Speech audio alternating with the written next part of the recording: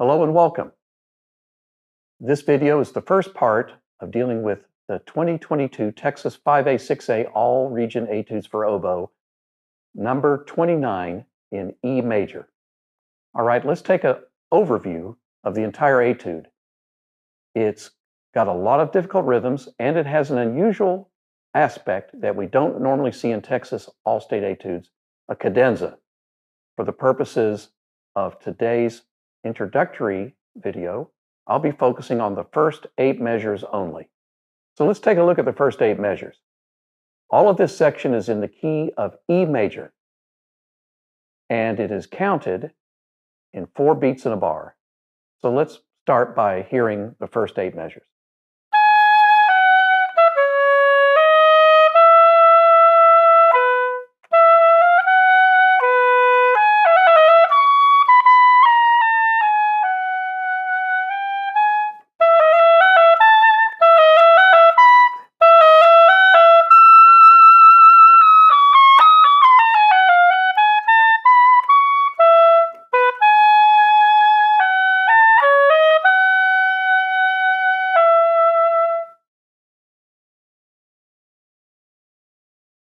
All right, let's first take a look at the counting.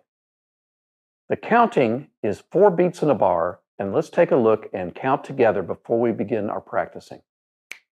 It's a moderately slow, and I suggest you try 70 beats a minute to initially learn it. Let's count together through the first 8 measures. Ready? Go. 1, 2, 3, 4. 1, 3, 4. 1, 2, 3 and 4, a 1 and 2 and 3 and 1, a 2e and a 3, a 4e and a 1, a 2e and a fermata. And what follows is a cadenza. We'll look at that in a moment. Next measure, 1, a 2 and 4 pull at 1, 3. Now let's take a look at some of the challenging notes at the extreme upper end of the oboe's range. E6 and D sharp 6. Here are the fingerings for those notes.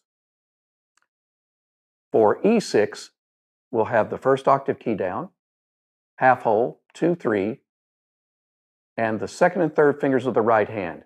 We're also going to be adding either the left A flat key or the right A flat key. Depending on how high E is used, I will refer to these as either left high E or left E6, or right E6. And in this etude, we have both. The high D sharp has a similar fingering pattern. Half hole, 2, 3 in the left hand, 2, 3 in the right hand, but the little finger of the left hand must press the B natural key. This tunes and stabilizes the note. So there's D sharp 6 and E6, either left or right. So you might have noticed in measure 3 that I left out the decoration that was written when we did the counting. It is a gruppetto, otherwise known as a turn, and it's always a 5-note pattern. The 5 notes in this case are E, F sharp E, D sharp E, in that order, so they will sound like this. However, we're going to have to play them much faster and fit them in a half count of time. I recommend that you don't try to move the half hole up and down or octave key up and down. Now let's look at the approach to the cadenza. In measure 5, we'll play that strictly in tempo, but when we get to measure 6, depending on your taste and the style preference of your private teacher, you may play it strictly in tempo just before the cadenza, or you might want to give a slight tasteful retard. If you did choose to do a retard, that passage might sound like this.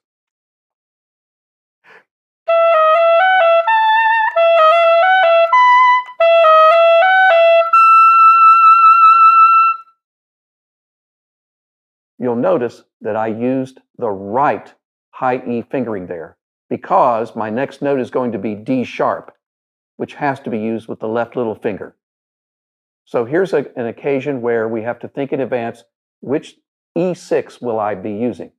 The right side or the left side? At the fermata, you'll be using the right side E6. Now let's look at the hardest spot of the first 8 measures, the cadenza. First thing we need to look at, what are the notes and how are we going to play them? As I just mentioned, the E on the fermata is going to be E6 on the right side, followed by D sharp, followed by C sharp, an unusual fingering, and then B sharp, which is like Lord Voldemort. I don't even want to say its name, so I will say C natural. Now here comes the tricky part. You have a D sharp next, which is an awkward and ugly slur and does not slur cleanly. Today I did a pretty good job with it, but many times it will make a noise or not even speak. So I would encourage you to use an alternate fingering here. After the high C natural, remember, not B sharp, we'll think C natural. Instead of using 1 and 1, the high D sharp, we will flip to 2, 3, 2, 3. And that's a great fingering for an alternate when it's slurred.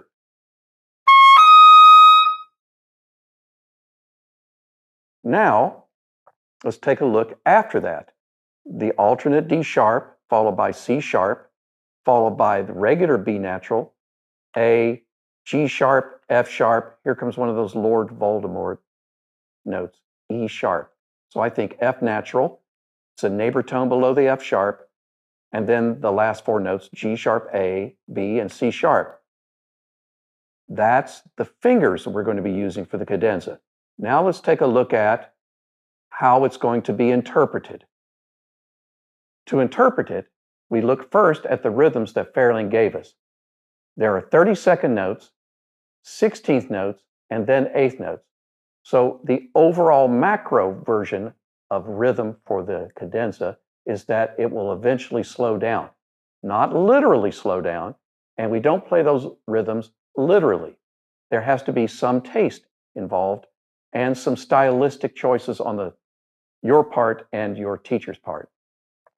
I would suggest you don't go into the cadenza just flying through it immediately. Let the first couple of notes gather speed, and the middle of that section where the D sharp is, that might be the fastest part. So let's take a listen now as to what it will sound like with one possible interpretation.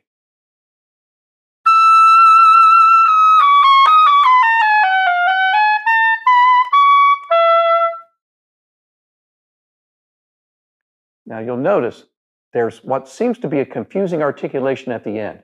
There's a global slur over the cadenza, but then there are dots over the last 3 eighth notes. That is not to say you should play staccato. In this case, the most likely interpretive aspect is that they are tongued noticeably, just the last 3 notes. Please notice at the end of the cadenza, the downbeat of the next measure is really the end of the cadenza that gets us back into a feeling of E major. Now let's review the cadenza again. The macro rhythm is that faster to slower. And I would suggest to you, if you're unsure about how to interpret the beginning of the cadenza, start a little slower and then accelerate over the first 8 notes. Now let's take a look how to practice the cadenza. The first step you must do before you think about rhythm or interpretation is you must be able to play the notes all together in a slur. So they might sound like this.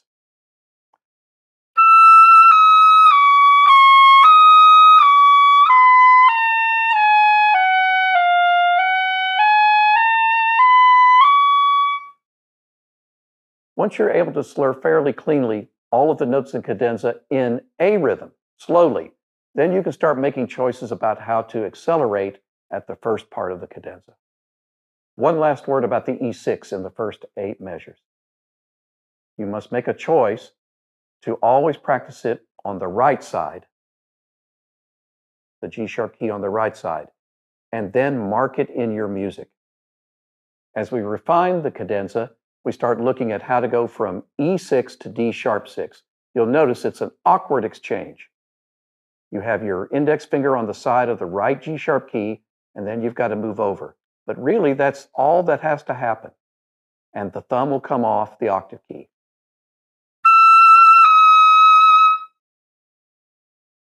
At least that part of the cadenza is relatively easy.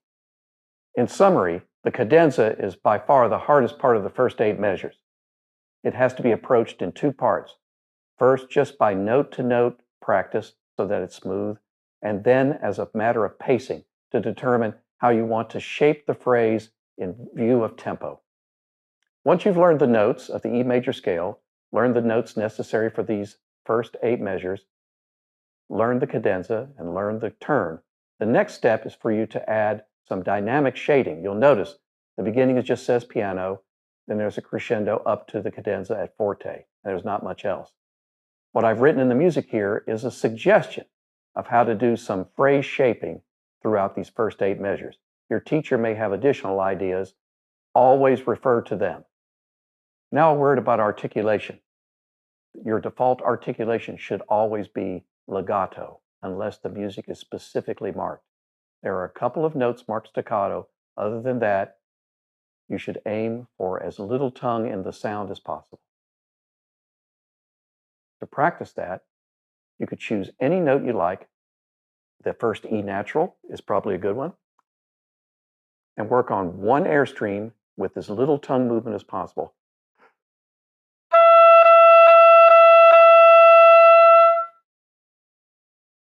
It will help immensely if you remember to keep the inside of your mouth open as if yawning.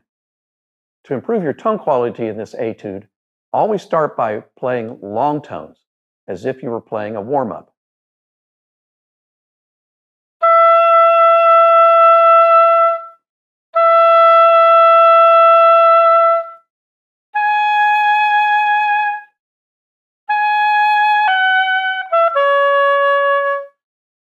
Always work from small passages, small bits, to larger sections. Even focusing on one note of tone quality is not a waste of your time at all. When you get to the all-region audition, you're typically allowed to play only one note. Since you're in the key of E, choose the E natural as your starting note. That will have the judges already thinking about that you're in the correct key. Many times on the oboe, we tune to A, but A is the 4th note of this scale. It's not a great note to start on and then have the judges hear you play in the key of E. The most important part of your preparation is journaling. You don't have to have an actual journal. You can just use a sheet of paper. Every day you practice your etudes. Write down the day, the amount of time you practiced, and write down exactly what you worked on. Work on small sections, especially in August and September, and work gradually towards larger sections. Note your progress and be patient. It will take many weeks to perfect these etudes and prepare them for the all-region auditions at the end of the fall. And of course, if I can be of any help to you as you prepare for your all-region audition, my contact information is on the screen. I would love to hear from you and assist you in any way possible. Good luck and good practicing.